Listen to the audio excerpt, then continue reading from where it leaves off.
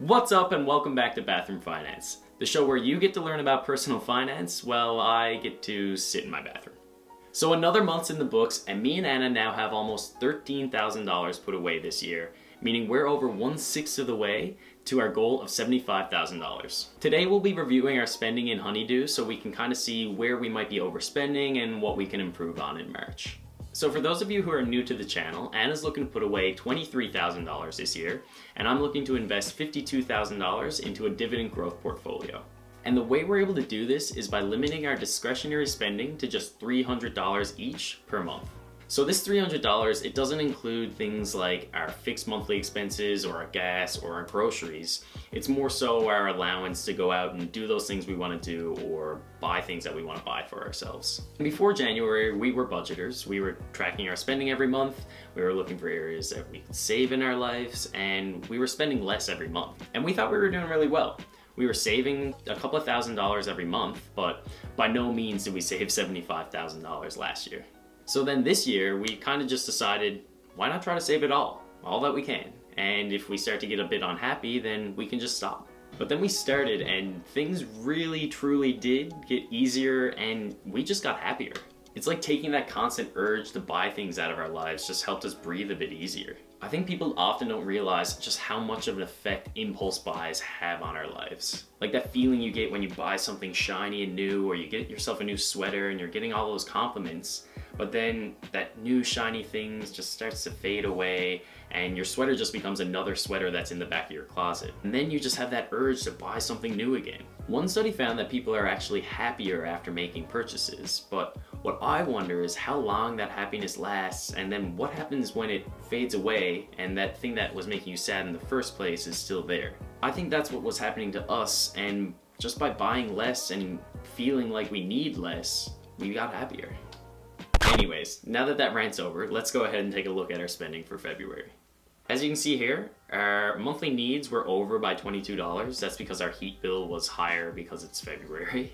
Our groceries were under by $12. Anna's wants were over by $6, so she spent almost $306.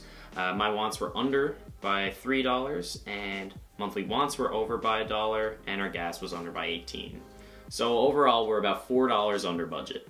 Looking at my wants, we can see that a lot of my spending happened in the first half of the month, which is always bad because then you have to try to stretch the rest of your budget for the rest of the month. We can see what the actual transactions were in Honeydew, which is really nice. And we can see I went to a comedy show, I went out drinking, and I went out for supper for my friend's birthday, all in the first week, which added up pretty quickly.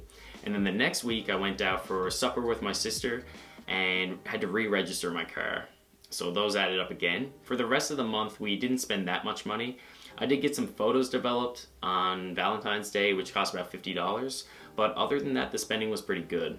One thing I do hate to see are these bank fees at the beginning of the month. And so next week, I'll actually be comparing some different checking accounts here in Canada, so you can see which one I went with and decide if it's the right one for you as well. Overall, I didn't save that much money specifically from my discretionary budget this month, but I did have a couple of sources of irregular income, which is always great to see. The first was an insurance refund, which I believe is because insurers can't charge HST anymore, which is good, and we get a couple $100s back. The second was the US government actually reimbursed me for an error in my tax filing last year, so that was a check for over $500. And then thirdly, I found $13 in the bottom of a suitcase, which I'll also be adding to my Nashville fund. Yeehaw! Looking at my savings calculator, we can see that I've now saved over $1,100 for my trip, which means I've passed my goal of $1,000, which is pretty dope.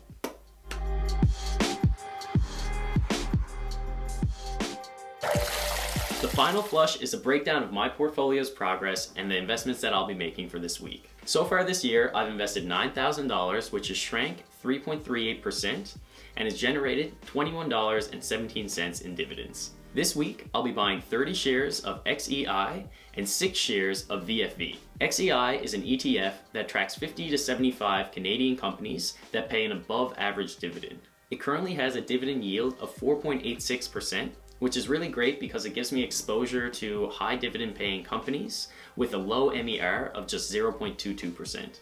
As mentioned last week, VFV is a Canadian ETF that tracks the S&P 500. So you get to follow the S&P 500 without the disadvantage of having to convert your money from Canadian to US dollars.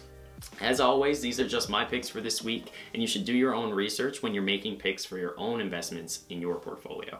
Now let's go ahead and deposit $1,000 to be used in next week's episode. And while we wait for that deposit to go through, go ahead and let me know what your budget is and if you were able to stay on track this month. Alright everyone, the bowl's refilled and I gotta run, but I'll see you on the next episode of Bathroom Finance.